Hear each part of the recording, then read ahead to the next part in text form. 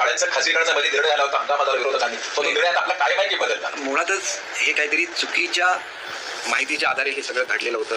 मी सर्व संघटनांना मुंबईला बोलवून घेतलं होतं, त्यांना GR दाखवला. खाजगीकरणाची कुठलीही तरतूद GR मध्ये नाही आहे. हा गैरसमज झालेला होता. या संदर्भात पवारसाहेबांची सुद्धा काही स्टेटमेंट आली होती. मी स्वतः पवारसाहेबांना नेऊन हा GR दाखवला. त्याच्याचबरोबर एक दुसरं सुद्धा असं आलं होतं, त्या गौतमी पाटीलच्या नाताच्या संदर्भात एक स्टेटमेंट आलं होतं. पवारसाहेब मला स्वतःच म्हणाले की ही माहिती मला नाशिक जिल्ह्यातून प्राप्त झाली, ती माहिती चुकीची होती. त्याच्यामुळे शालेय शिक्षण खातं हे अत्यंत जबाबदारीने काम करतं. कुठल्याही प्रकारे खाजगीकरणाचा कुठलाही निर्णय झालेला नाही आहे.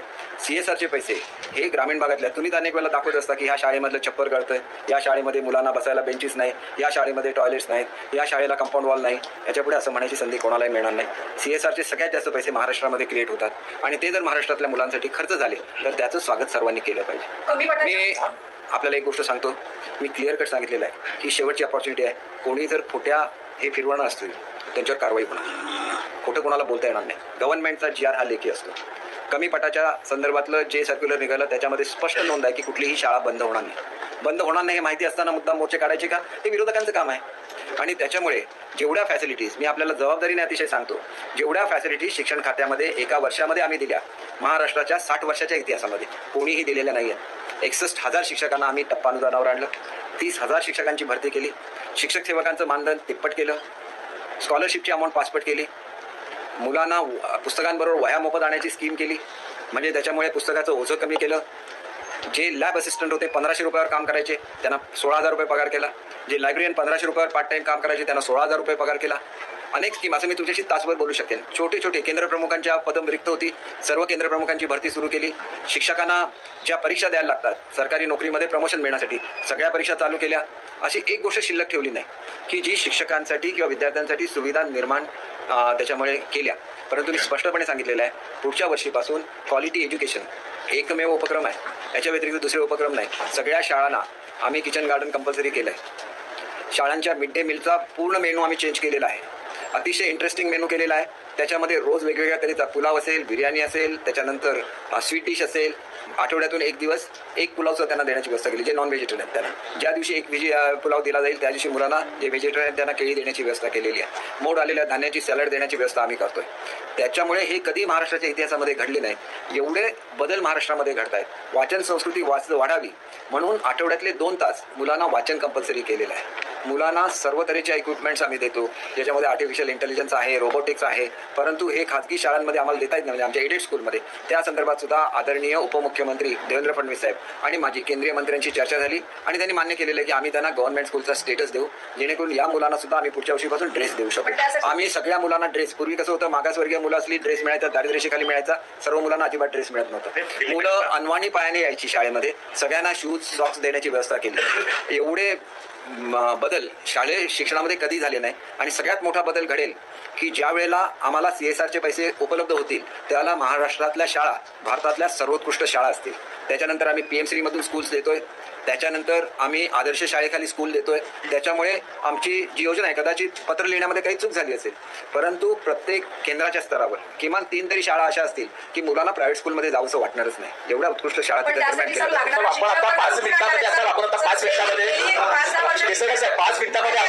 माझं ऐका ना, तुम्ही आता केअरफुली जर माझी ऐकली असती तर तुम्ही हा प्रश्न विचारला नसता.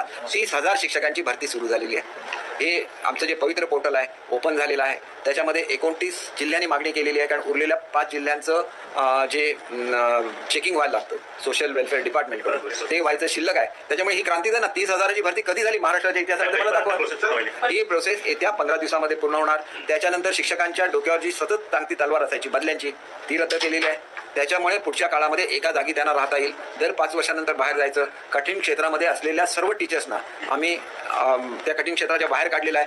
आणि त्याच्यामुळे जवळजवळ शिक्षकांसाठी जे जे निर्णय घ्यायला लागतात सगळे निश्चितपणे पडेल. पण त्याच्या मागे मला एक सांगायचं होतं की कोणीही कुठलाही एखादा मोर्चा जरी काढायचा असेल त्याच्यापूर्वी आमच्याकडे या, वस्तुस्थिती समजून घ्या. परंतु कोणी जर खोटा प्रचार केला तो मात्र सहन करू शकतो. 5.5 मिनिटांमध्ये आपण संपूर्ण शालेय विभागाची माहिती दिली. 5.5 मिनिटांमध्ये आपण अतिशय उत्तम माहिती दिली. पण शासन किंवा तुमचं विभाग ही माहिती जनतेपर्यंत पोहोचवण्यास कमी पडते तुम्हाला वाटत नाही? एक गोष्ट अशी आहे की एक अभियान हे आदरणीय मुख्यमंत्री महोदयांच्या नेतृत्वाखाली शालेय शिक्षणाबद्दल सुरू होत आहे. माझी शाळा सुंदर शाळा हे जे अभियान आहे याचं लॉन्चिंग मुख्यमंत्री साहेब करणार आहे आणि त्याच्यामधून ह्या सगळ्या ज्या योजना आहेत या सगळ्या योजना त्याच्यामध्ये आपण जशा लायब्ररीज देतोय तसं स्वच्छता मॉनिटर नावाची स्कीम आपण राबवतोय. त्याच्यानंतर सेलिब्रिटी स्कूल नावाची स्कीम आपण राबवतोय ज्याच्यामध्ये ड्रामा, सिंगिंग, इलॅक्युशन सगळ्याचं ट्रेनिंग हे मुलांना दिलं जाणार आहे. त्यानंतर आपण नवीन निर्णय आमच्या ह्याच्यासाठी आहे म्हणजे अजून त्याला आम्ही मान्यता दिलेली नाही आहे परंतु प्री प्रायमरी स्कूल्स या संपूर्ण महाराष्ट्रामध्ये निर्माण करण्यात येतील. त्याच्यामध्ये नर्सरी असेल, ज्युनियर कॉलेज असेल, सिनियर के जी, फर्स्ट आणि सेकंड हे वेगळं स्कूल असेल आणि तिसरीपासूनचं स्कूल हे वेगळं असेल. हा एक क्रांतिकारी निर्णय आहे ज्याच्यामध्ये मुलांचा बेस व्यवस्थित तयार करून घेतला जाईल. तिसरीच्या पुढच्या मुलांच्या थेट परीक्षा या कॉम्प्युटरद्वारे घेतल्या जातील. ABCD त्यांनी बटन दाबायचं आहे, त्यांचा थेट रिझल्ट राज्यापर्यंत जाणार आहे आणि त्यांची गुणवत्ता काय हे आम्हाला समजायला लागणार आहे. एवढं आम्ही शिक्षण क्षेत्रामध्ये करतोय याच्यासाठी दिवस रात्र मेहनत करायला लागते. आम्ही करतो पण एखादा कोणी उठतो, एखादा विरोधक उठतो आणि काहीही बोलतो त्याच्यामध्ये काय अर्थ नसतो. त्याचं मी नाही पवार साहेबांची भेट माझी 8 दिवस अगोदर ठरलेली होती. जी स्टेटमेंट पवार साहेब एक आदरणीय नेते आहेत त्यांचा कुठल्याही परिस्थितीमध्ये स्कूल एज्युकेशनबद्दल गैरसमज होता कामा नये म्हणून मी 8 दिवसापर्यंत मलाच काहीतरी कामं आल्यामुळे साहेबांनी वेळ दिला होता परंतु भेटायचं राहिलेलं होतं. मी गमतीने म्हटलेलं होतं की माझी भेट आहे त्याला मी बोलेन म्हणून पण त्याला लगेच त्यांच्या भाषणामध्ये त्यांनी केलेलं सगळं मागे घेतलं. त्यांचा मोठेपणा आहे सुप्रियाताईंचा सुद्धा.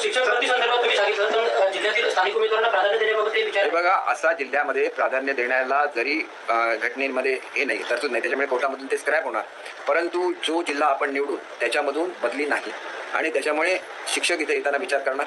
कोकणातले शिक्षक असतील तर त्यांना कोकणामध्ये प्रायोरिटी मिळणार. ज्यांना खाजगी शाळेमध्ये आपल्या जिल्ह्यामध्ये नोकरी मिळत असेल ते खाजगी शाळेमध्ये जाणार कारण 15,000 शिक्षक ॲज इट इज येणार आहेत ते जिल्हा परिषदेमध्ये येणार आणि उरलेल्या वेगवेगळ्या शाळांमध्ये जाणार आहेत तर तो चॉईस करू शकतात. त्यांच्या शाळामध्ये ज्या नाही एक मिनिट मी तुम्हाला सांगतो त्यांच्या स्कूलमध्ये जे एडेड स्कूल्स आहेत त्याच्यामध्ये ते शिक्षक जाऊ शकतात जिल्ह्यात. त्याने हे बघा एक माझं म्हणणं आहे की तो गाव आपला म्हणायचा, ती शाळा आपली म्हणायची तरच मुलांची गुणवत्ता सुधारणार नाही तर गुणवत्ता कधीही सुधारू शकत नाही. ही काय सरकारी नोकरी नाही की दर केला ट्रान्सफर झाली पाहिजे. आम्ही त्यांना सरकारी नोकऱ्यांच्या सगळ्या सुविधा देतो. तिथं राहण्याबद्दल आम्ही त्यांना भत्ता देतो, घरभत्ता देतो. तीच रक्कम 3,000 कोटीची आहे म्हणजे एवढा मोठा पैसा ज्यावेळेला सरकार खर्च करतो त्याला ते गाव आपलं म्हटलंच पाहिजे. एवढी माझी हे बघा आता जर ह्या सगळ्या रिफॉर्म्स महाराष्ट्रामध्ये झाल्या तर ज्या दिवशी रिफॉर्म्स होईल त्यावेळेला मी किलोमीटर बेसिसवर त्यांना सुद्धा रिलॅक्सेशन देईन परंतु इथं रिलॅक्सेशन सुद्धा घ्यायचं आणि तिथं विरोधाला विरोध करायचा असं नाही चालणार. मुलांना जर फॅसिलिटी मिळत असतील तर शिक्षकांना आंदोलन करण्याची गरज काय. मुलांनी चांगल्या बेंचवर बसलं पाहिजे, फॅन खाली बसलं पाहिजे, त्याच्यासमोर सगळा कॉम्प्युटर असला पाहिजे आणि ह्या जर फॅसिलिटीज मिळत असतील सर्वसामान्य घरातल्या मुलांना तर शिक्षकांनी त्याचं स्वागत केलं पाहिजे.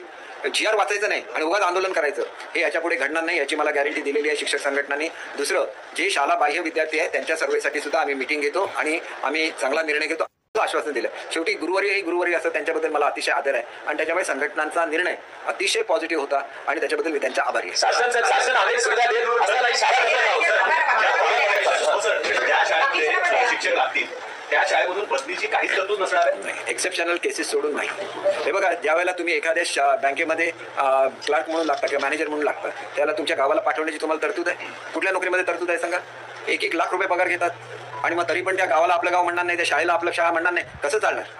असं नाही चालून घेतलं जाणार. ज्यांना पाहिजे त्यांनी यावं या सर्व्हिसमध्ये. इतरांना आहे जे पूर्वी भरती झाले त्यांना आहे, नवीन भरती झालेल्या नाही. एक्सेप्शनल केसमध्ये ही तरतूद वापरता येईल असं त्याच्यामध्ये एक्सेप्शनल केसेस कुठल्या हे लिहिलेलं आहे तेवढ्याच तरतुदीचा वापर होईल. अदरवाईज ज्या गावामध्ये आपण नोकरी स्वीकारतो ते गाव माझं म्हटलं पाहिजे, ती शाळा माझी म्हटली पाहिजे आणि त्या शाळेतली मुलं ही माझी मुलं असं समजलं पाहिजे तरच शिक्षणामध्ये प्रगती होणार अन्यथा प्रगती होईल.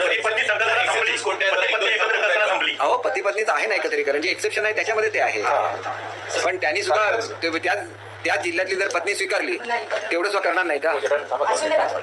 त्या जिल्ह्यामध्ये सुद्धा चांगल्या शिक्षक असणार की नाही त्यांच्या मग त्याच्यामध्ये ते चूज करू शकतात ना. शेवटी बघा सिस्टम माझं एक मिनिट आहे का शिक्षण खातं कोणासाठी आहे. विद्यार्थ्यांसाठी आहे.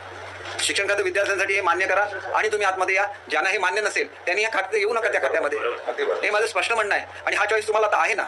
आम्ही तुमची परीक्षा घेतली, तुम्हाला चॉईस दिली. तुम्हाला जर त्या गावाला आपलं म्हणायचं नसेल आणि त्या विद्यार्थ्यांवर प्रेम द्यायचं नसेल तुम्ही ते गाव स्वीकारू नका. आमचं काही म्हणणं नाही. आम्ही ऑप्शन दिला. आम्ही काय तुमच्यावर जबरदस्ती केली.